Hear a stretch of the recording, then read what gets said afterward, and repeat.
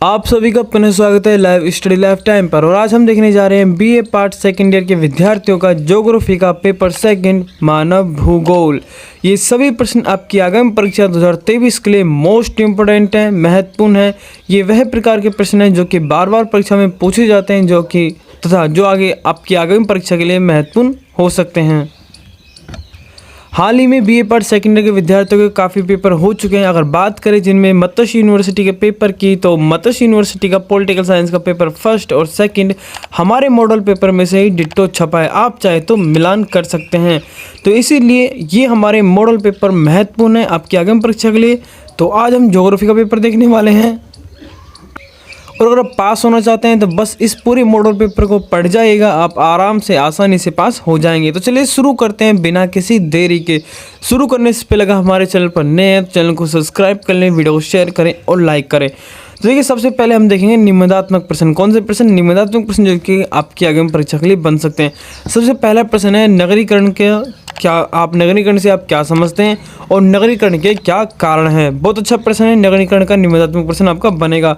अगला प्रश्न देखिए, प्रवसन से आपका क्या समझते हैं और प्रवसन के प्रकार एवं कारणों का वर्णन करिए। इस पर टिप्पणी भी करवा सकता है आपसे, इसलिए इस प्रश्न को अवश्य पढ़ के जाएगा।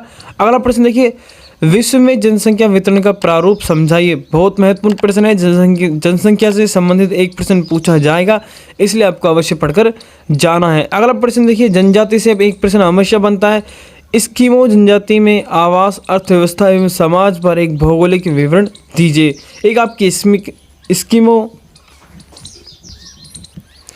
तथा दूसरी आपकी भील जनजाति से हमेशा महत्वपूर्ण प्रश्न बनता है। तो आपको भील जनजाति के बारे में अच्छे से पढ़ के जाना है और एस्किमो के बारे में पढ़ के जाना है। अगला प्रश्न देखिए, मानव भूगोल के मूल सिद्धांत कौन कौन से हैं, किसी एक की उदाहरण सहित व्याख्या कीजिए। अच्छा प्रश्न है, आपके आगामी परीक्षा के लिए महत्वपूर्ण बन सकता है। अगला अगर निबंधात्मक प्रश्न आता है हमारा, मानव भूगोल को परिभाषित कीजिए एवं इसका अन्य सामाजिक विज्ञानों से संबंध स्पष्ट कीजिए या फिर विवरण कीजिए। अच्छा प्रश्न है, आगामी परीक्षा के लिए महत्वपूर्ण है, इसलिए अवश्य याद करके जाएगा। अगला प्रश्न देखिए, मानव भूगोल की परिभाषा, उद्देश्य, क्षेत्र एवं प्रकृति का वर्णन कीजिए। अच्छा प्रश्न है, मानव भूगोल से आपको एक प्रश्न अवश्य बनेगा और इन दोनों में से ही कोई ना कोई आपको क्वेश्चन देखने को परीक्षा में डिट्टो मिल जाएगा। तो ये थे निबंधात्मक प्रश्न। अब देखेंगे हम लघुरात्मक प्रश्न जो कि आपकी आगामी परीक्षा के लिए महत्वपूर्ण बन सकते हैं। एक बात आपको अवश्य याद रखनी है निबंधात्मक प्रश्नों के अंदर, जैसे कि मान लीजिए हर यूनिवर्सिटी का जो प्रश्न पूछने का तरीका होता है वो अलग अलग होता है। ये जो मैंने मॉडल पेपर बनाया है ये महत्वपूर्ण प्रश्नों को मद्देनजर रखते हुए बनाया है। तो ऐसा नहीं है कि परीक्षा में भी आपको इन्हीं से ऐसा ही प्रश्न देखने को मिल जाए, लेकिन हाँ अलग अलग यूनिवर्सिटियों में अलग अलग तरीके से पूछा जाता है, इसलिए आपको इन्हीं टॉपिक से संबंधित प्रश्न देखने को अवश्य मिलेंगे। तो आपको इन जो प्रश्न जो जिस टॉपिक से संबंधित, जैसे नगरीकरण से टॉपिक संबंधित है पहला प्रश्न आपका, तो नगरीकरण को अच्छे से पढ़ के जाए। प्रवसन वाला टॉपिक है, इसको अच्छे से पढ़ के जाए। विश्व जनसंख्या वितरण वाले टॉपिक को अच्छे से पढ़ के जाए। एस्किमो जनजाति को अच्छे से पढ़ के जाए। अब एस्किमो जनजाति के अंदर वो अर्थव्यवस्था को पूछ सकता है या फिर उनके जो रहन सहन की तरीका है उसे पूछ सकता है, भौगोलिक वितरण पूछ सकता है, कुछ भी पूछ सकता है। तो इसलिए आपको डिटेल से टॉपिक को पढ़ के जाना है, ठीक है। अगले हम देखते हैं लघुरात्मक प्रश्न। देखिए, हंटिंगटन द्वारा प्रतिपादित मानव भूगोल को समझाएं। अच्छा प्रश्न है, वैसे आपकी 2023 की परीक्षा के लिए महत्वपूर्ण है, पूछा जा सकता है। अगला प्रश्न देखिए, संभववाद और नव निश्चयवाद में अंतर स्पष्ट कीजिए। देखिए, इसको मोस्ट लगा लीजिएगा। वैसे तो आपके 2022 के अंदर प्रश्न पूछा जा चुका है, लेकिन यह पुनः पूछा जा सकता है, इसलिए संभववाद और नव निश्चयवाद को अवश्य एक बार तो अवश्य आपकी आंखों से निकाल लें, यानी एक बार अच्छे से पढ़ लें इसको, संभववाद और निश्चयवाद को, ताकि अगर प्रश्न आ जाए तो हम इसके अंदर अच्छे से लिख सकते हैं। और लघुरात्मक में प्रश्न बन ही सकता है, इसलिए इसको अच्छे से पढ़ के जाएँ। दूसरा आपका मोस्ट इंपोर्टेंट, अगर लघुरात्मक में बात करें तो नागा और भील जनजाति के आवास, अर्थव्यवस्था एवं समाज पर टिप्पणी कीजिए। आपको ये दोनों जनजातियों को अच्छे से पढ़ के जाना है। आपके ये प्रश्न निबंधात्मक भी बन सकता है, इसलिए नागा और भील जनजाति को, भील जनजाति को मैंने आपको पहले ही बता दिया, एक बार नागा जनजाति को और अवश्य पढ़ लीजिएगा। अगला प्रश्न देखिए, चौथा आपका बन सकता है लघुरात्मक, भारतीय प्रजातियों का वर्णन कीजिए एवं भारतीय प्रजातियों का वर्गीकरण कीजिए। अच्छा प्रश्न है आपके आगामी परीक्षा 2023 के लिए। वैसे तो बार बार नहीं पूछा जाता, लेकिन हाँ 2023 के अंदर प्रश्न पूछा जा सकता है, इसलिए महत्वपूर्ण है, अवश्य याद कर लीजिएगा। आगे हम देखने वाले हैं महत्वपूर्ण वह टिप्पणियाँ, यानी वह टॉपिक्स जिनके ऊपर आपसे टिप्पणी करवा सकता है। टिप्पणी वाला प्रश्न आपके हमेशा यूनिवर्सिटी में पूछा जाता है ज़्यादातर। जैसे मैं बात करूँ Rajasthan university, Matsya university, in university में हमेशा एक प्रश्न जरूर देगा, ऐसे बोल देगा कि कोई भी 5 टॉपिक पर टिप्पणी कीजिए या फिर 5 बिंदुओं पर टिप्पणी कीजिए, और आपको 7-8 वो टॉपिक दे देता है या फिर 6 टॉपिक देता है, और उनमें से किसी भी 5 पर आपको टिप्पणी करनी होती है, फिर निम्न में से किसी 2 पर टिप्पणी करनी होती है। जो महत्वपूर्ण टिप्पणी वाले टॉपिक हैं वो ये हैं आपके सामने। किर्गिज के अधिवास क्षेत्र के बारे में आपको बताना है। इग्लू का तो आप सभी को पता है, सिंपल सा है, इग्लू बर्फ़ के घर को कहते हैं। इसके बारे में थोड़ा डिटेल से आप एक बार पढ़ेंगे तो अपने आप आपको याद हो जाएगा, बहुत इजी है। हाँ, ये थोड़ा महत्वपूर्ण अंतर्राष्ट्रीय मानव प्रवास के कारण इसको थोड़ा महत्वपूर्ण रखिएगा अपने मद्देनज़र के अंदर, और इसको याद करके जाएगा। एक मसाई क्षेत्र भी आपको अच्छे से याद करके जाना है, और एक पिग्मी जनजाति के बारे में पढ़ के जाना है, और एक टुंड्रा क्षेत्र क्या है इसके बारे में भी आपको अच्छे से पढ़ के जाना है। ये कुछ महत्वपूर्ण टॉपिक्स थे जिनके ऊपर आपसे टिप्पणी करवाई जा सकती है। एक महत्वपूर्ण बात आपको यह याद रखनी है, जब भी आपके जैसे मान लीजिए मॉडल पेपर है तो ठीक है, तो आपको जब इसको आप अच्छे से पढ़ लेंगे तो आपको ऐसा नहीं कहते कि आप पहली बात तो आपको इन्हीं में से सारे क्वेश्चन देखने को मिल जाएंगे या फिर इन्हीं टॉपिक से संबंधित क्वेश्चन देखने को मिल जाएंगे।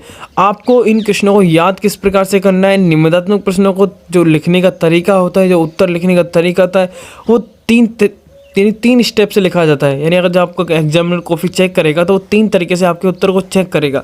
तो आपको इन्हीं बातों को ध्यान रखना है। पहला, जैसे कि मान लीजिए हमारा पहला प्रश्न है नगरीकरण से आप क्या समझते हैं और नगरीकरण के क्या कारण हैं।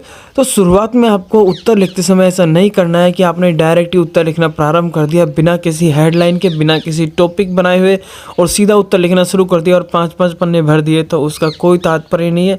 उतने अंक आपको नहीं मिलेंगे जितने अंक आपका सही उत्तर होते हुए भी मिलने चाहिए थे। सबसे पहले निबंधात्मक प्रश्नों का उत्तर देते समय सबसे पहले आपको जिस टॉपिक से क्वेश्चन बना है उस टॉपिक का नाम आपको हेडिंग में डालना है। जैसे यहाँ पर नगरीकरण पूछ रहा है तो सबसे पहले आपको डालना है नगरीकरण। फिर नगरीकरण का आपको परिभाषा देनी है, नगरीकरण को समझाना है अच्छे से, आराम से 10-15 लाइन के अंदर नगरीकरण का समझाइए। जो भी आपको अच्छे से आता है नगरीकरण के बारे में आपको यहाँ पर लिखना है। उसके बाद में फिर आपको बनाना है अगला टॉपिक, नगरीकरण के क्या कारण हैं।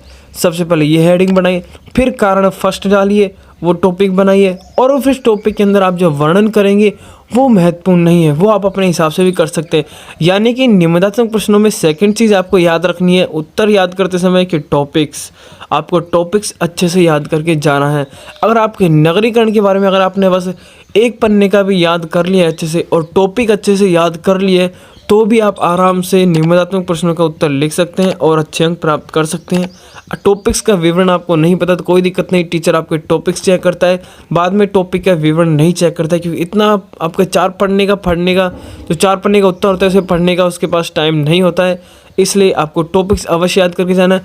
थर्ड चीज़ जो आती है वो होती है पन्नों की, कि आपने एक प्रश्न के अंदर कितने पन्ने भरने। 500 शब्द आपको इस एक प्रश्न के अंदर करने हैं, अर्थात 4 पन्ने तो आपको कम से कम भरने हैं। तीसरी चीज़ या फिर चौथी चीज़ आपको याद रखनी है कि एक लेख आपका सुंदर होना चाहिए।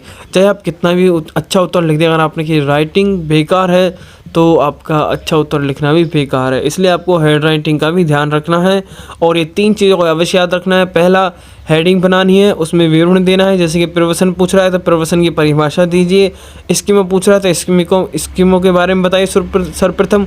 उसके बाद में आपको नेक्स्ट टॉपिक बनाना है, फिर थर्ड टॉपिक, फिर जितने भी टॉपिक आप बना सकते हैं उतने टॉपिक बनाइए और फिर उनके अंदर विवरण दीजिए। और तीसरी चीज़ आपको पन्ने अच्छे से भरने हैं। राइटिंग का तो विशेष तौर पर ध्यान रखना है। एक महत्वपूर्ण बात आपको यह भी याद रखनी है कि बीच में उत्तर लिखते समय कोई भी काटा फांसी न करें। अगर कोई शब्द गलत लिखा आ गया है तो कोई दिक्कत नहीं, पर उसे काटे नहीं, क्योंकि गलत आपका दिखेगा नहीं, लेकिन अगर आपने काटा तो वो अलग दिखेगा, भद्दा दिखेगा। इसलिए ऐसी गलती ना करें। और भी महत्वपूर्ण बातें आपको परीक्षा में याद रखनी है, उसके ऊपर मैंने अलग से वीडियो बनाई हुई है, चाहे तो डिस्क्रिप्शन में लिंक है, वहाँ से आप देख सकते हैं, अन्यथा चैनल पर जाकर भी देख सकते हैं। तो धन्यवाद, मिलते हैं नेक्स्ट वीडियो में। वीडियो अच्छी लगी हो तो पहले एक लाइक जरूर करें, अपने दोस्तों से शेयर करें। मिलते हैं नेक्स्ट वीडियो में, तब तक के लिए धन्यवाद।